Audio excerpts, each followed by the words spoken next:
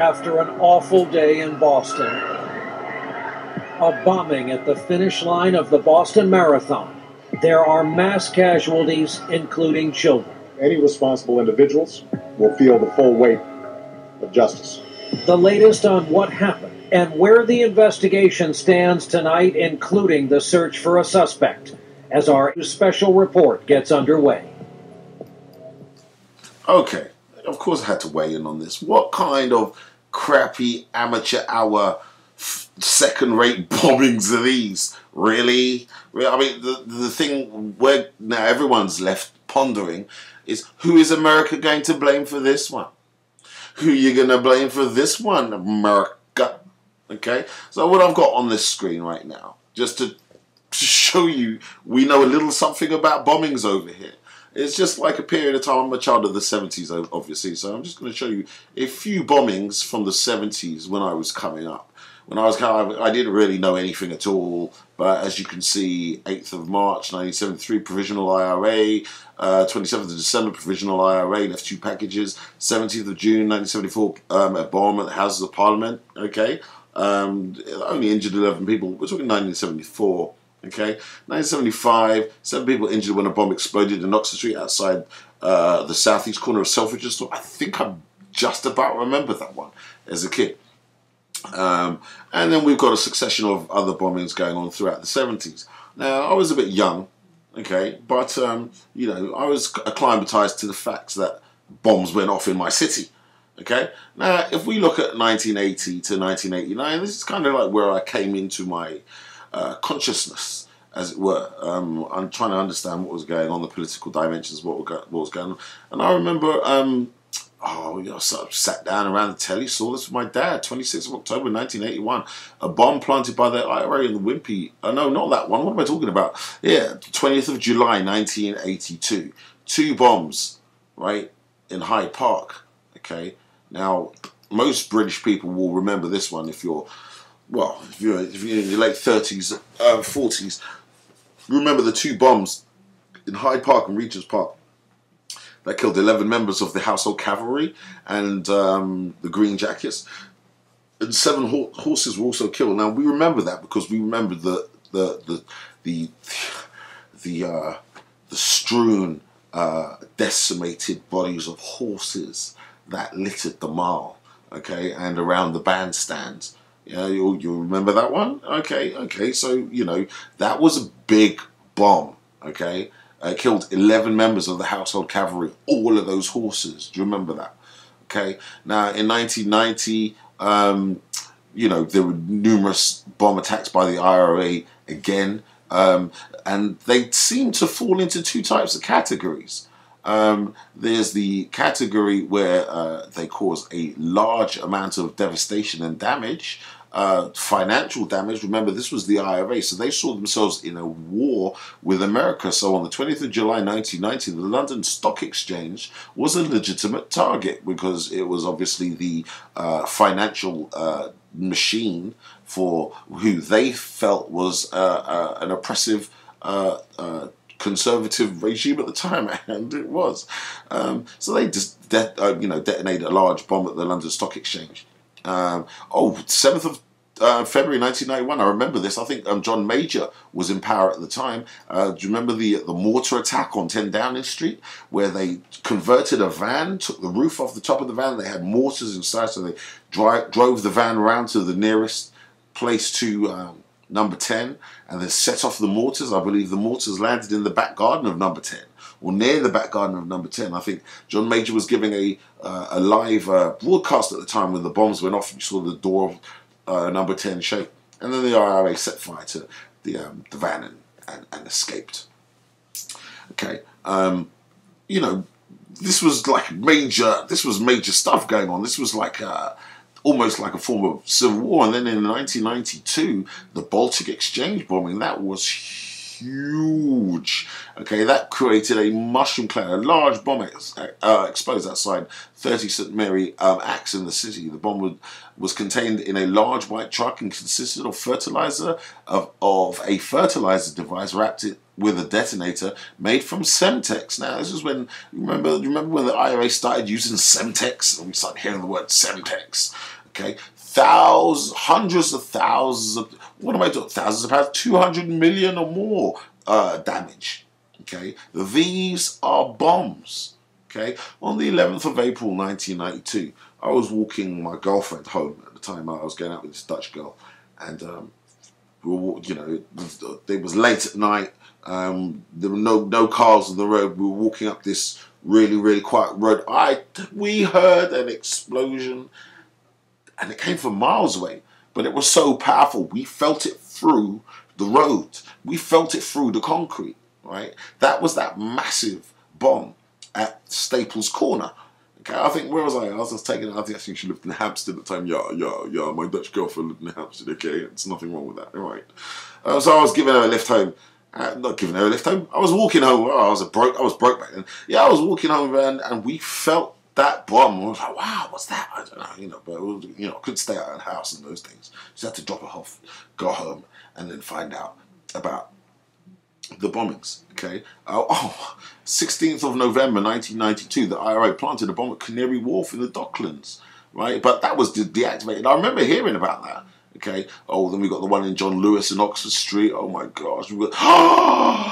One night when I'd been out with a few friends, I was on my way home. What was that? The 27th of February 1993. Yeah, that's right. And I was drunk, and I went through Camden, and I stopped off at the Camden McDonald's, got myself something to eat, carried on bopping down the road. I believe by the time I got to Kentish Town, the bomb went off, and I felt that one too. Okay, 27th of February 1993. All I'm saying, and who can remember, it might not be here, it's not on here, is it on here? But who can remember, who can forget rather, the Brighton bombing, right? Who can forget the Brighton bombing? Remember when the IRA hit the Conservatives at their Tory party conference in Brighton and practically levels the hotel? Okay? These are bombings. So most of these bombings either resulted in millions of pounds worth of damage. Okay? Look at 29th of April 1997. Britain's transport industry claimed minimum losses of 30 million after a series of IRA bomb alerts in southern England brought the traffic to standstill. These are bomb alerts. Remember, we had bombs going off on the regular, and we also had the bomb alerts. We were very used to bombs. The British are a very resilient type of people. You're setting off bombs around the city, everyone's still going to work, carrying on. We're not going, oh, the bombs, China coming to get us. Who is America going to blame for this? We're used to bombs. We're used to the evolution we're even used to the evolution of the IRA planting their bombs and having their secondary devices. I'm just going to try and show you some imagery. Which one was this? This one, I think this is Bishopsgate. Okay, look at that. That's the Leadenhall Building, City of London. Right, that's how powerful the blast was. Look, most of the windows are out there. Okay, this picture here is of, even if you're American, you should recognize the corner of the NatWest Tower. Okay, and look at the windows blown out of the NatWest Tower, folks. This is the type of oh no, you can't see that. That's too small. Okay, yeah, that's some of it. Yeah, there you go. This is some of the devastation that was wreaked upon the UK. That's old Bishopsgate. For any of you who have been to London before, you might recognise it. That's old Bishopsgate. But this is what we in the UK are accustomed to. Maybe not you youngsters, okay, that grew up under New Labour and think everything is cool and everyone's your friend. Yeah, right? You're getting a smack in the face now. But anyway, I'm digressing. What kind of piece of shit 2 people dead bomb is this in America that we are supposed to believe is the act of terrorism? Who are you going to blame? Now, hold on a second. What are you going to do? You're going to blame Iran, okay, who routinely capture your stealth planes, right, and your UAVs, Iran, nah. I think Iran are too technologically advanced to do a, what you call it, pressure cooker bomb. No, I very much doubt that. Who are you going to blame? North Korea? Well, North Korea, who just about managed to get a nuke on a rocket to reach a few hundred miles outside of their own borders. What are you going to blame? North Korea? Did you see any North Koreans that day? Who are you going to blame? Al Qaeda? You're going to try and blame the same Al Qaeda that you're funding in Syria? The same Al Qaeda that you funded in Egypt? Do you think that Al Qaeda just detonated 2 bombs? Now, here's the thing: it was a very lame attempt at a secondary explosion. You see, what happens is you detonate a bomb in one place, and I think I understand the reasons behind that. I think the people thought, let's detonate the first bomb by the finish line. Then people are going to run back away from the finish line. They're going to run back into the secondary device, the well-known bombing tactic.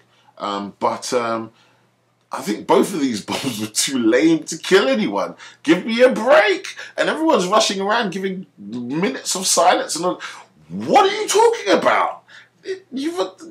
Okay, yes, it is a bombing, but there's only 2 people dead, and I'm sure you Americans will take this and run with it as a major travesty and a bombing on our shores. Give me a fucking break. More domestic American terrorism. You want to call this a false flag? This is so blatant a flag. I won't even call it false. I'll just call it a flag. Hello, something's wrong here. There is something wrong. We are bombing, and we are bombing with impunity. There's nothing wrong. There's something wrong. I set off 2 pressure cooker bombs. Really, pressure cooker bombs. Who are you going to blame for this one? That's what I want to know. Now, that aside, hang on, let me just try and get something up on Google.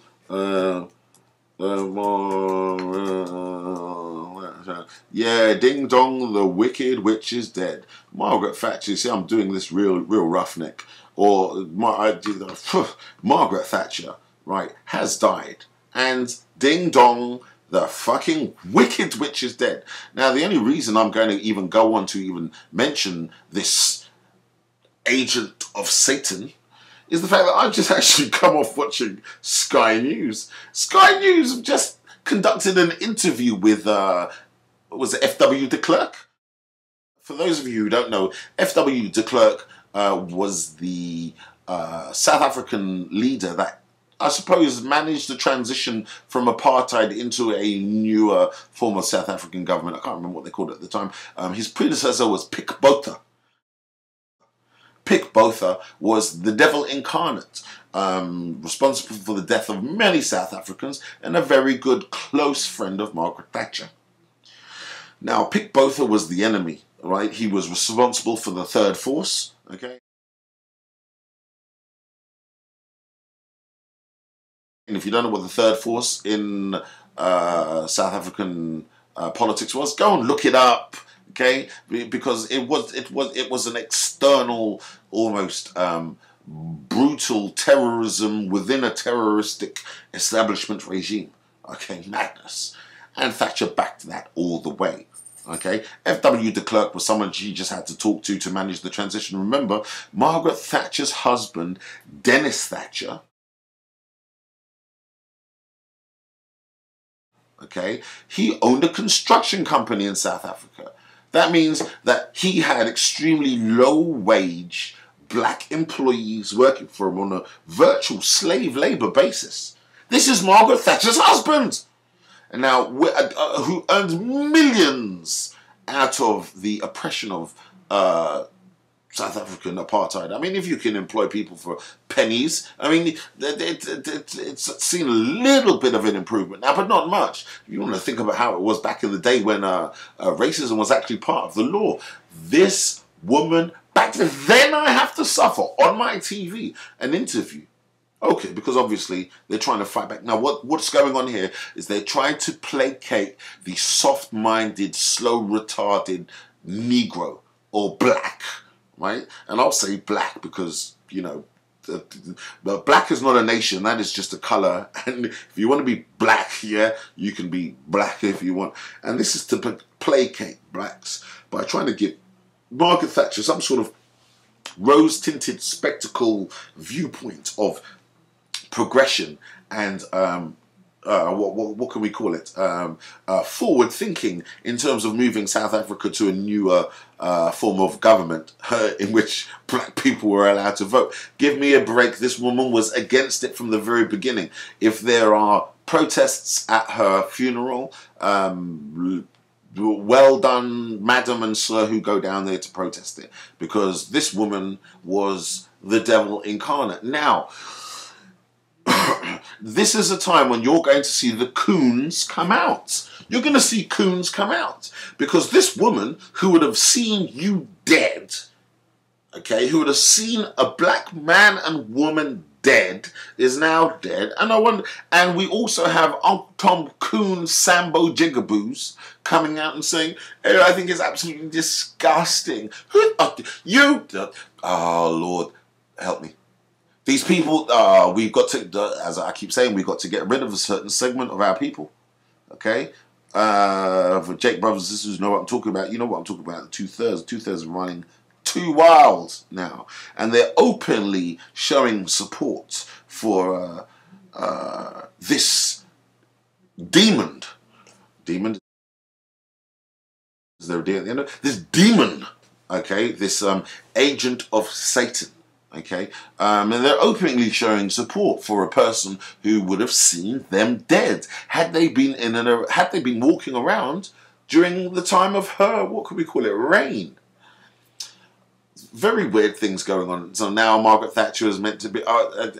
Give me a break. Give me a break. For those of you who were born in the 70s who know which way up is, I think you will agree with me to see the back of this thing. Now all we have to do is deal with her children, okay? And there are plenty of those around. I would consider myself one of Thatcher's children, but not in a good way. Not in the sense that I followed any of her ideology in terms of Thatcherism. That's one of the most selfish ideologies. If you think about it, a nation collects taxes and puts the benefit of its country's wealth into building things, institutions, transport systems for the country, built by the people of that country, with the tax money of hard-working citizens over generations. This woman came along and privatized those institutions, in effect making them not public institutions, even though they were paid for by the public, and now private entities where people can now cream off large amounts of money because it was a governmental implemented institution in the first place. It is dominant. British Telecom was dominant. British Gas was dominant. Why? Because it was created by the people. Okay, then she sold it off. It no longer belongs to the people, and you're going to get screwed for your prices. But that was the price for electing this cow.